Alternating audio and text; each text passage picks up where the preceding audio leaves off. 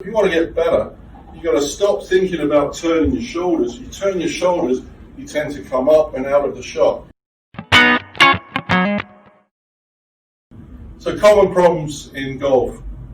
People come to golf and they think that to get power, they've got to make this massive turn of the shoulders.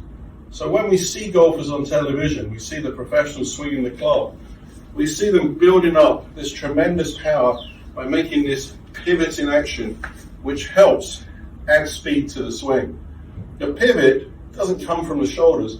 We see that from our eyes, we see the shoulders, but the pivot comes from the feet, up through the knees, up into the hips, then through the core, and then the ribs, and finally there's a little bit of shoulder turn to complete. We keep the shoulders facing that way as we move the weight back into the left foot, turn into the left hip, and push hard with the right side. So the pivot is really from, and this is a very great saying in golf, from the feet up through the body. So if you want to get better, you've got to stop thinking about turning your shoulders. You turn your shoulders, you tend to come up and out of the shot.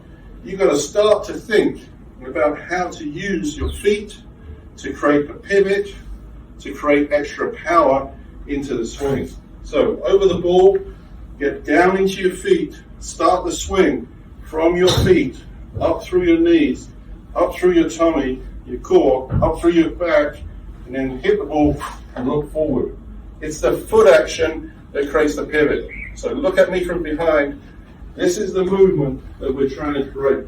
We're trying to create this power so we can hit the ball. Okay, thanks a lot.